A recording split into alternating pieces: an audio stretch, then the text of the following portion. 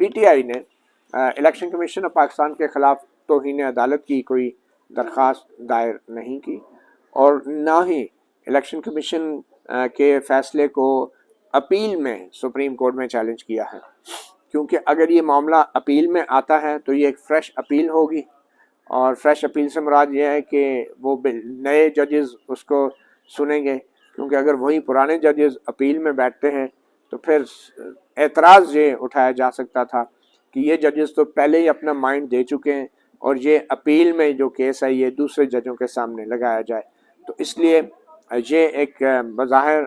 دانش مندی کا مظاہرہ کیا، عقل مندی کا مظاہرہ کیا یا چالاکی کا مظاہرہ کیا تحریک انصاف نے آئینی درخواست ڈال دی ہے ایک ایسے معاملے پہ جو آلریڈی سپریم کورٹ طے کر چکی ہے، اور اب وہ سپریم کورٹ کو کہہ رہے ہیں کہ دوبارہ جو ہے آپ اس آئینی جورسڈکشن کے اندر اس کو سنیں۔ یہ بھی ایک بڑا ایک تکنیکی اعتبار سے عجیب سی بات ہے کہ سپریم کورٹ کو آئینی درخواست کے ذریعے کہا جا رہا ہے کہ آپ کے فیصلے کی خلاف ورزی ہے۔ توہین عدالت کی درخواست نہیں ہے، اور نہ ہی الیکشن کمیشن کے فیصلے کو اپیل کی صورت میں سپریم کورٹ میں چیلنج کیا گیا ہے، کہ جس صورت میں پھر شاید جو پہلے ججز سے جو اپنا مائنڈ دے چکے تھے وہ اس اپیل پر شاید وہ یہ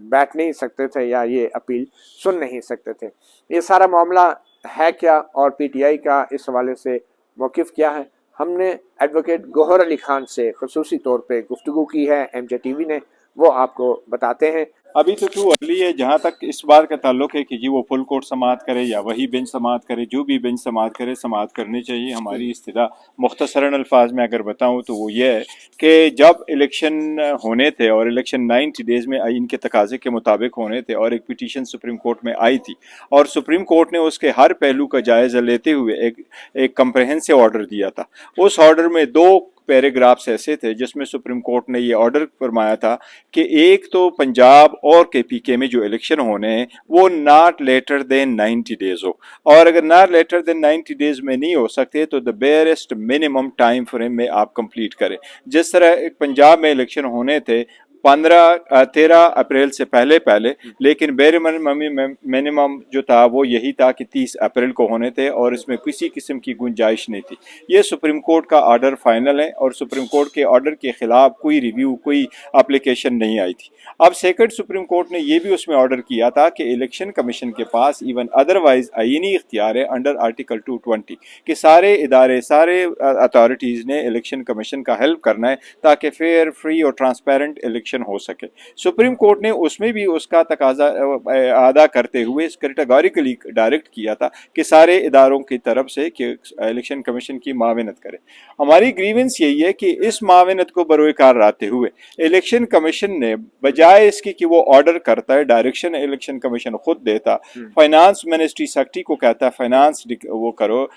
جو فائنانسز ان کو چاہیے وہ لے لے، سارے اداروں کو آرڈر کرے کہ ہمیں اتنی سیکیورٹی پرسنل چاہیے اس وقت پہ، یہ کرے۔ انسٹیڈ الیکشن کمیشن نے ان کی دوبارہ خود بیٹھ کے ایز این اپیلیٹ کورٹ بیٹھ کر کے سپریم کورٹ کے آرڈر پہ یہ آرڈر کر لیا کہ جی 30 کو تو الیکشن ہو نہیں سکتے، اب الیکشن ہوں گے تو 8 اکتوبر کو ہوں گے، جو ہم کہتے ہیں غیر آئینی، غیر قانونی ہے۔ یہ آرٹیکل 1218 کے زمرے میں بھی نہیں آتا، یہ آرٹیکل 105 کی بھی خلاف ہے، یہ آرٹیکل 220 کی بھی خلاف ہے، اور یہ جو کنسٹیٹیوشن کی بیسک ڈیموکریٹک پروسیس ہے کہ کون الیکشن کرے گا، اس کی ڈیوٹی کیا ہے، اس کے بھی خلاف۔ اچھا، الیکشن کمیشن کے اس حکم کو آپ نے سپریم کورٹ میں چیلنج کیوں نہیں کیا؟ آپ نے ایک آئینی درخواست سو موٹو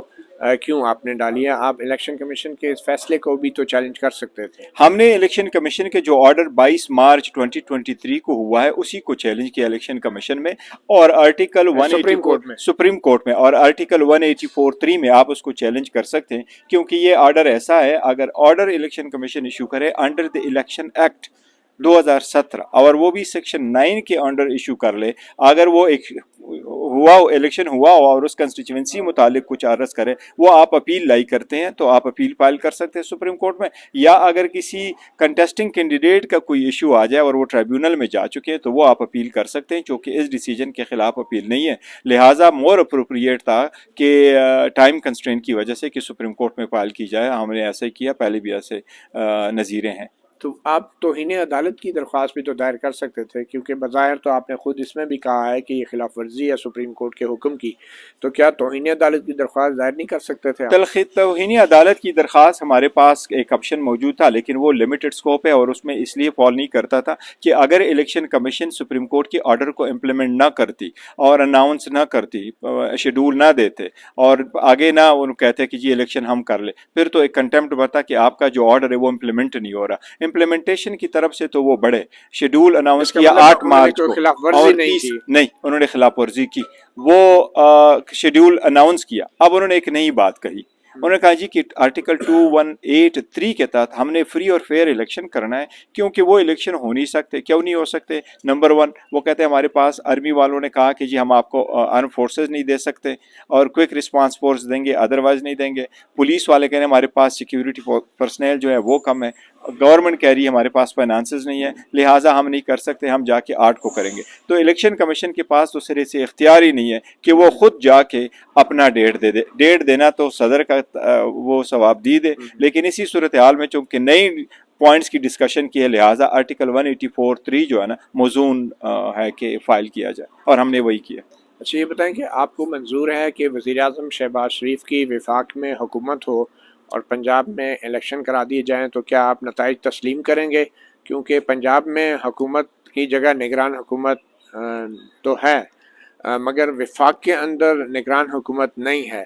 تو پھر یہ کیسے معاملہ ہوگا؟ یہ تو نگران حکومت کا جو سوچ ہے، جو نظریہ ہے، جو فلسفہ ہے، وہ تو پھر اس کی نفی ہو گئی نا۔ وہ پولیٹیکل کوسچنز ہے، پولیٹیکل کنسرن، اس کو رسپانس کریں گے۔ میں اتنا ضرور کہتا ہوں مگر کہ کیا دیکھیں وہ فری اینڈ فیئر الیکشن ہو جو سکتے کیئر ہیں؟ ٹیکر حکومت ہے ایون پنجاب میں، وہ بھی پی ٹی آئی کے اگینسٹ ہی ہے، اور جتنے ہمارے خلاف انہوں نے کیسز بنوائے اور جس طرح ہمیں وہ ٹارگٹ کرے، اس کی تو نظیر ہی نہیں ملتی۔ وہ تو آئین کے تحت بنائی گئی ہے نا، کبھی پی ٹی آئی نے میں نہیں سمجھتا وہ پراپر آئین کے مطابق وہ فیئر ہونی چاہیے تھی، وہ امپارشل ہونے چاہیے تھے، وہ آئین کے مطابق آپ سے نام مانگے گئے تھے، مشاورت ہوئی، آپ لوگ ناکام ہوئے، تو پھر الیکشن کمیشن نے فیصلہ کرنا تھا۔ لیٹس اسٹے فوکس آن دی جو پٹیشن ہم نے فائل کیا۔ کیا فری اینڈ فیئر الیکشن ہو سکتے ہیں کہ وفاق میں ایک انشاءاللہ حکومت اور ایک سیاسی جماعت کی اور پنجاب میں نگران ہو سکتے ہیں؟ بالکل ہو سکتے ہیں۔ دیکھیں جو بائی الیکشن ہوتے ہیں وہ کس طرح ہوتے ہیں؟ حکومت ہوتی ہیں تو الیکشن ہوتے ہیں، جب لوکل گورنمنٹ کے الیکشنز ہوتے ہیں تو حکومت ہوتی ہیں اور الیکشن ہوتے ہیں، بالکل ہوتے ہیں۔ یہ الیکشن کمیشن کی ذمہ داری ہے، الیکشن کمیشن کی ذمہ داری ہے سارے اداروں کو۔ اور دیکھو کیئر ٹیکر جب حکومت آتی ہے وہ،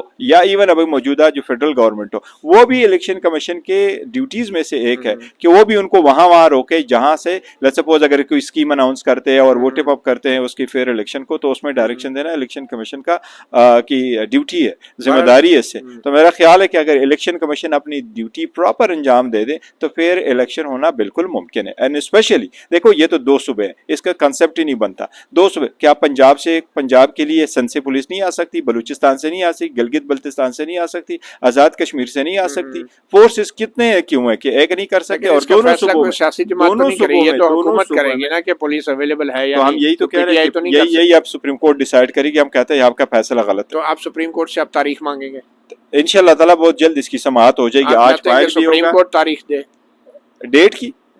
الیکشن ڈیٹ کی ہم کہتے ہیں سپریم کورٹ نے ڈائریکشن دی ہیں، اس ڈائریکشن کی لائٹ میں 30 تاریخ کو الیکشن ہونے، سپریم کورٹ اس آرڈر کو سیٹ اسائیڈ کرے گا، جس وقت سیٹ اسائیڈ کرے گا الیکشن آٹومیٹیکلی ہو جائیں گے 30 کو، اور انشاءاللہ 30 کو ہی الیکشن ہوگا۔ خلاف ورزی نہیں ہوئی اور توہین عدالت نہیں ہوئی، توہین عدالت بھی ہوئی ہے اور خلاف ورزی بھی کی، لیکن آپ نے توہین عدالت کی درخواست نہیں ڈالی۔ دیکھو اگر ہم نے نہیں ڈالی تو الیکشن 184 میں الیکشن کمیشن اس کا سپریم کورٹ اس کا نوٹس لے، اور ہم نے کہا ہے اس پٹیشن میں بھی ہم نے کہا، میں بھی توہین عدالت کا نوٹس ہوتا ہے۔ میں کہتا ہوں 100 موٹوں میں توہین عدالت میں آپ وارڈر ریلیف نہیں مان سکتے، 184 میں توہین عدالت کی کاروائی ہو سکتی ہے۔ اچھا یہ بتائیں الیکشن کمیشن کے خلاف آئینی طور پہ کیا کاروائی ہو سکتی ہے؟ آئینی طور پر یہ ہو سکتی سب سے پہلے تو یہ ہے کہ ان کی کاروائی جو ہے، ان کی جو آرڈر ہے اس آرڈر کو سیٹ اسائیڈ کر کے دوبارہ کہیں کہ آپ میک شیور کریں الیکشن 30 تاریخ کو۔ اگر الیکشن کمیشن کہتا ہے کہ ادارے جو ہیں وہ دستیاب نہیں ہیں تو سپریم کورٹ کیسے انہیں ہم بتا کہتے ہیں یہ غلط ہے، الیکشن کمیشن ان کو آرڈر کرتا، الیکشن کمیشن کیوں ان کی میٹنگ بلا رہی ہے ہمیں بریف کر دے؟ الیکشن کمیشن نے سمپل آرڈر کر دینا کہ یہ ہمارے پاس پولنگ اسٹیشن، اس پولنگ اسٹیشن پہ سیکیورٹی پرووائڈ کرے۔ اگر نہ کرے الیکشن کمیشن کو چاہیے تھا ایک اپلیکیشن سپریم کورٹ میں خود فائل کر کے اس کی امپلیمنٹیشن منگوائے۔ اگر آپ کی اس آئینی درخواست کے اوپر فل کورٹ بیٹھ جائے آپ کو اعتراض تو نہیں ہوگا؟ نہیں بالکل نہیں، اگر فل کورٹ سنے، 3 جج سنے، 5 جج سنے، جیسے بھی جج سن، اور چاہے وہی سپریم کورٹ جج پہ سنے پورا جو پہلے ٹرسٹ ہے، سن چکے جو پہلے سن چکے، ایسے روٹین تو وہی ہے کہ وہی جج سنیں گے، وہی بینچ بنے گا 5 143 ممبر۔ فریش اپلیکیشن ہے، یہ اپیل فریش بھی نہیں ہے، اپلیکیشن ہے، لیکن ان کا پہلے والا جو تو کیا ڈیسیجن ان ہے، ججوں کو سننا چاہیے جو پہلے ہی اپنا مائنڈ بتا چکے ہیں؟ اور جو پانچ ججز میں جی سے جی 2 ججز تھے، دیکھو یہ نہیں، جو سرکمسٹانسز 3 ڈفرنٹ ججز ہے، ہیں بالکل بیٹھنے جنہوں نے چاہیے، کہا ہے، بالکل بیٹھنے چاہیے، اچھا ہاں ہم کوئی فرق نہیں کرتے، سپریم کورٹ بیٹھے ہمارے لیے سب کے فل کورٹ پہ بھی احترام اعتراض نہیں ہے۔ کو فل کورٹ پہ بھی اعتراض آپ نے سنا ایڈوکیٹ گوہر علی خان، انہوں نے تصدیق کی اس بات کی کہ یہ آئینی درخواست ہے، توہین عدالت کی درخواست نہیں ہے، الیکشن کمیشن کے فیصلے کے خلاف اپیل بھی نہیں ہے۔ اب اور انہوں نے اس بات کا بھی اعتراف کیا کہ انہیں کوئی اعتراض نہیں ہوگا اگر سپریم کورٹ ایک فل کورٹ بنا دے، کیونکہ آپ کو یاد ہوگا اس سے پہلے کافی اعتراضات ہوئے تھے حکومت کی طرف سے بھی، اور بلکہ اٹارنی جنرل کی طرف سے بھی کہا گیا تھا کہ اس پہ فل کورٹ بنا دی جائے، مگر پہلے 9 رکنی بینچ بنا تھا جس میں سے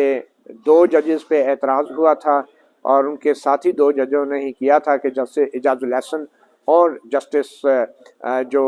مظاہر علی اکبر نقوی ہیں، وہ جب پولیس افسر کا کیس سن رہے تھے تو وہ اپنا مائنڈ دے چکے ہیں، وہ نوٹ میں لکھ چکے تھے، تو اس لیے وہ جو ہیں انہوں نے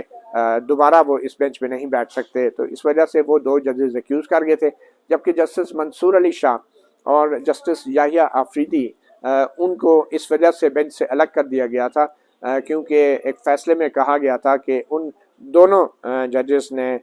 اس بینچ سے الگ ہونے پر اتفاق کیا ہے، اس پہ رضامندی ظاہر کی ہے۔ تو 9 میں سے 4 جب نکل گئے، پیچھے 5 رہ گئے تھے، تو پھر 5 میں سے 3-2 کی اکثریت سے یہ فیصلہ آیا تھا کہ 90 دن کے اندر الیکشن کرا دیا جائے، اور اس فیصلے کی بھی تشریح اس وقت کے اٹارنی جنرل بیرسٹر شہزاد عطا علائی جو آج ہی استعفیٰ دے چکے ہیں، اور وزیر قانون اعظم نذیر تارڑ نے کچھ ایسی تشریح کی تھی اس فیصلے کی کہ یہ فیصلہ 3-2 کا نہیں بلکہ 4-3 کا ہے، کیونکہ 2 ججز پہلے کہہ چکے ہیں کہ یہ سو موٹو نہیں بنتا، اور 2 ججز جسٹس منصور علی شاہ اور